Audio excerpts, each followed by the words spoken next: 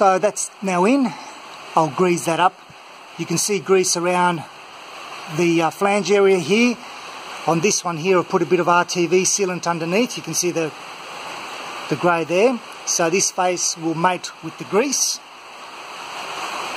And yeah, just got to grease the lip up here. Got all bolted up.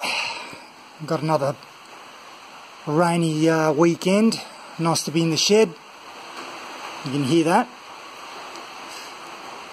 So this is all perfect now. So it's between the range and the manual in terms of the resistance.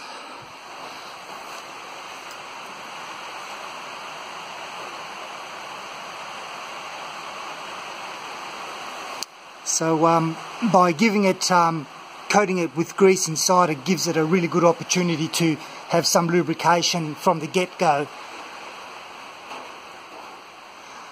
Right, next thing I need to do is look at the half shaft, pop that in, and then we'll continue on from there. And I will bend these back, I'm not going to forget. Let's continue on with the front end rebuild. I've got both hubs swivels done, preloaded, all set up ready to go. So that's done. The relay's done. And so obviously we've got to continue on with this. So what we've got now is the hub assembly, which is over here. I'll just grab that. Sorry, the stub axle, the hub assembly, the backing plate. That'll all go through here. I've just got a bit of tape here just to protect the internals. But before I obviously do that, I've got to put the half shafts in. Now the half shafts I've got, which are the best out of the bunch, are these two. Now, unfortunately, both of them have got issues. The short one here is okay. These splines are fine. On this end they're a little bit chopped up, but they'll kind of do as a spare. On the long shaft, these splines are completely cactus, and they've been sitting in a rusty hub for a while. But this end is fine. Now, I've managed to source another short, a half shaft I should say, from another Land Rover nutter. So what I'm planning on doing is taking this side off and replacing it with this one, so I've got a good long axle or half shaft. So then I've got a good short one that's coming and a good long one, and then we'll continue with the installation of the front end. Now in order to do that, I'm going to have to take these UJs out pretty much in the same fashion that you would with prop shafts. So they're held in by circlips, and I'm going to have to press this out, and so I should be able to then release this side and put it onto this side when I do the same thing here. Both of these UJs are actually in very good nick.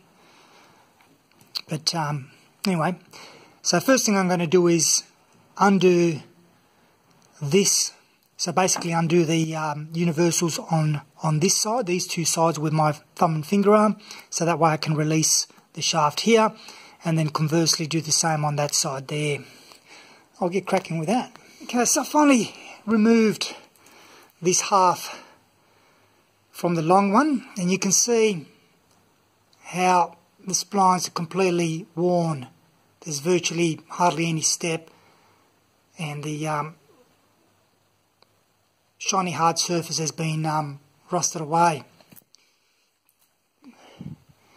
This is the other side. Probably can't see too much due to the light, but that's actually not too bad. It is a little bit chopped up, you can see there, but it's not twisted or anything else.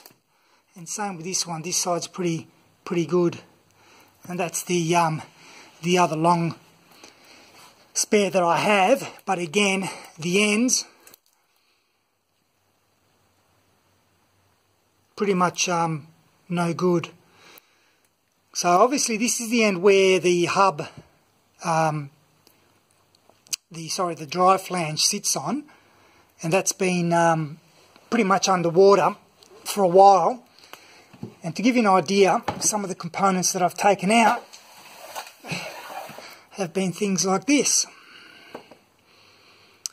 And you can see how much rust there is in there. In fact, this bearing,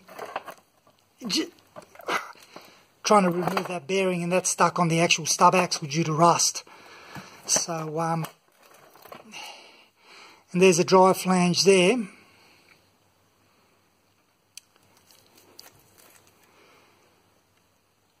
So yeah, you can understand why then those splines end up being like that. It's because obviously it's been sitting in water for God knows how many years, and you can see the inside of the actual hub assembly. It's just all just mud. Right, so this is the end that I took from the short shaft. You can see why. It's pretty good, and of course it already had a fairly good spline on the diff end. A little bit of a chop there. You can see there where it's obviously had a bit of a hard landing, but aside from that, very healthy. So this side's ready to go in, and all I'm doing now is waiting for the short one to come, and I'll give that a bit of a once over, and then I should be able to continue on with the assembly down here. And I'll film that as a separate video.